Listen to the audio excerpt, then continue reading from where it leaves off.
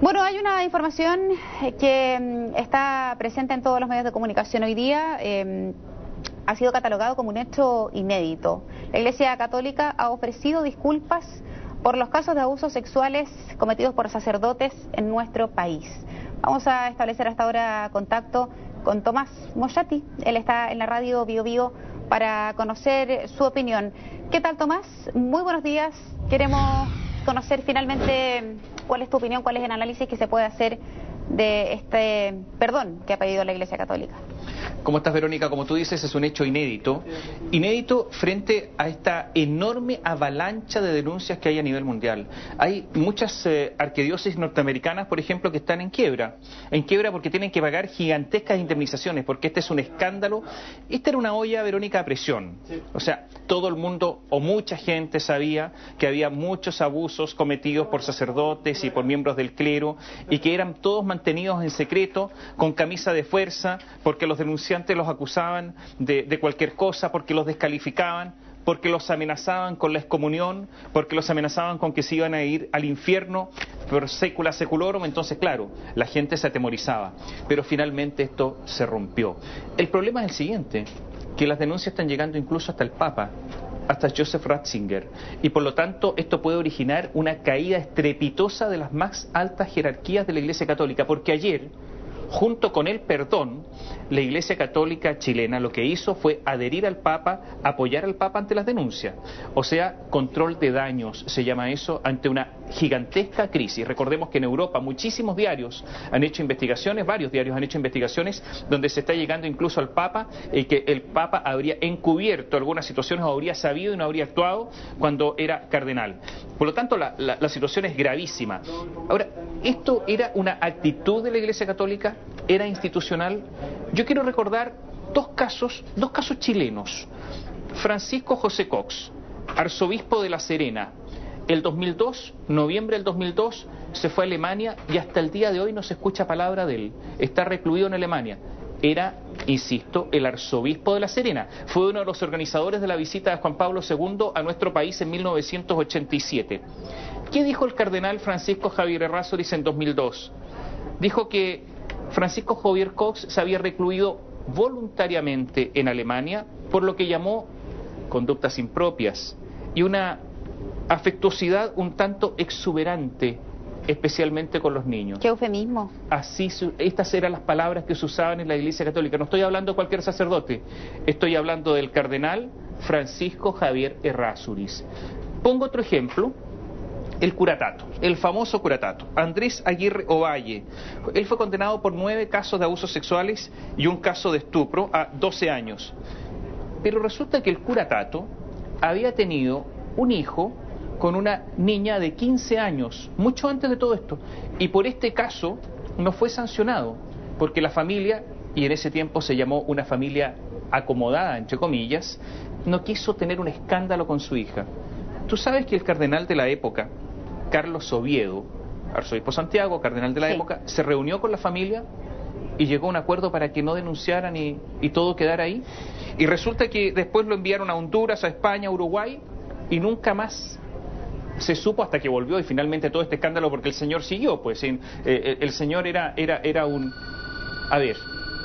Era un delincuente en serie, pues eso era. Entonces, pero esto, estoy hablando de las más altas jerarquías de la Iglesia. Por lo tanto, aquí hay un problema, Verónica, institucional. No es un problema solamente de algunas personas que en cualquier institución pueden cometer algún delito. Sí, claro. Eso es incontrolable. No, aquí hay un problema institucional que viene de arriba abajo. Yo bueno, hay un montón de casos en Chile. El cura de Melipilla últimamente, el de Valdivia el año pasado, Marcelo Morales, Ricardo Muñoz, el cura de Melipilla, que tú sabes que está preso. ¿Sí? En fin, en Rancagua, Jorge Galás, quien ni más ni menos era el director del Pequeño Cotolengo, en fin. Pero recuerdo yo también a Víctor Hugo Carrera. Víctor Hugo Carrera era el secretario del obispo Tomás González, el obispo de Punta Arenas. Y resulta que aquí funcionó, porque la Iglesia tiene sus instituciones, el tribunal eclesiástico. Y resulta que el tribunal eclesiástico lo mandó a un tratamiento espiritual a Italia. Ya se comprobó que tenía este tipo de conducta y después, claro, cuando volvió a Chile tuvo... Pero, o sea, yo quiero decir que institucionalmente la Iglesia sabía. ¿Para qué? Mira, los casos que hay en el exterior son enormes y podríamos acceder cualquier tiempo de comentario, pero uno de los últimos casos develados en Estados Unidos es de Lawrence Murphy, en que él abusó de 200 niños sordos. O sea, ya esto es enorme. ¿Tomás? ¿Qué pasa? Sí, lo que te quiero decir primero, lo último, es que ¿qué pasa? Que la Iglesia Católica le está echando la culpa a los medios. Federico Lombardi, el director de la sala de prensa, hace algunos días dijo que son los medios, y que hay un desgaste de la Iglesia Católica por denuncia goteo a goteo. Esto está llegando a los más altos vértices. Bueno, tú sabes que cuando no hay explicación posible se le echa siempre la culpa a la prensa. Esa es la salida que ocupa todo el mundo siempre. No es una defensa gremial, sino que es un hecho de la causa nada más. Yo tengo dos preguntas que hacerte, aprovechando también tu condición de abogado, casi de orden legal. Fíjate que recién tú mencionabas a Víctor Hugo Carrera, secretario del obispo, 540 días de presidio remitido por abuso sexual. Jaime Lowe, 800 días de pena remitida, también por abuso sexual. Luego, por ejemplo, el mismo José Andrés Aguirre, 12 años por abuso a 9 o 10 menores. Me pregunto yo, ¿son condenas que van más o menos a la par con las condenas que uno está acostumbrado a escuchar cuando los civiles, por decirlo de alguna manera, la gente de a pie comete este tipo de delito? Primera pregunta. Segunda cosa, ayer leía que la Iglesia está dando cuenta de una nueva figura a la que ha llamado el promotor de justicia, que es un sacerdote especialista en temas judiciales al cual las víctimas debieran recurrir para que él esclarezca entonces todo lo que está ocurriendo. Yo me pregunto si acaso, cuando uno tiene un problema de orden legal, acude a alguien vinculado, ya sea por profesión o por vínculo normal, a quien a uno está acusando. Yo no sé por qué directamente uno tendría que recurrir a este promotor de justicia y no a la justicia ordinaria y normal para hacer una denuncia como cualquier hijo de vecino. Hay que recurrir a la justicia normal y ordinaria. Eso de los promotores de justicia me parece horrible, mal. O sea, ¿sabe lo que pasa? Que aquí hay un problema, Verónica, de fe. O sea, durante tantos años, ¿por qué toda esta verdad pudo ser mantenida oculta? ¿Por qué todos estos hechos no se sabían?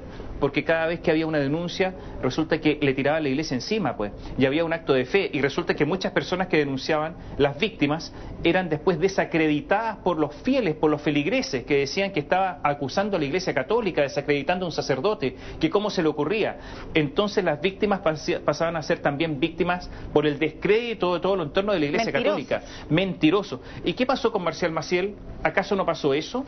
Si las denuncias contra Maciel comenzaron en el año 1957. 1957. ¿Acaso no ocurrió que estando Juan Pablo II, el Papa en vida, lo protegieron? ¿Acaso no ocurrió que Joseph Ratzinger, que dicen que quería hacer algo, no pudo porque el Papa estaba sobre él? ¿Y acaso no ocurrió que toda la cúpula de los legionarios de Cristo lo protegieron? A mi juicio esa es una asociación ilícita. Son un grupo de gente que se coludieron para cometer delitos. Y mi pregunta es, ¿qué va a pasar con los legionarios? ¿Basta una intervención o hay que disolverlo? ¿Qué más grave puede haber que todo lo ocurrido? ¿Sabes lo que pasa? Yo no sé si... tendré que conocer caso a caso para darte una opinión más bien jurídica, pero tengo la sensación de que finalmente se está develando todo esto y que finalmente los miembros de la Iglesia Católica van a ser condenados como cualquier ciudadano porque son hombres igual que tú y yo, somos seres humanos. Eso es lo que está ocurriendo, pero fueron protegidos durante muchísimos años y en Chile hubo muchas denuncias que finalmente eran acalladas por parte de la jerarquía eclesiástica. Es lo menos que uno puede esperar, que uno no puede generalizar tampoco a toda una institución producto de casos que se han dado a conocer, pero sí al menos lo que uno espera como ciudadano nomás, es que la ley rija para todos y que las sanciones sean iguales para todos, sean sacerdotes o no. Pero es un avance, ¿eh? Lo de ayer es un gigantesco avance en el sentido que ya la jerarquía de la Iglesia Católica se va a desvincular y no va a recurrir a eufemismos para proteger a personas que han cometido delitos. Qué bueno, gracias Tomás por el comentario, que tengas un buen día. Chao.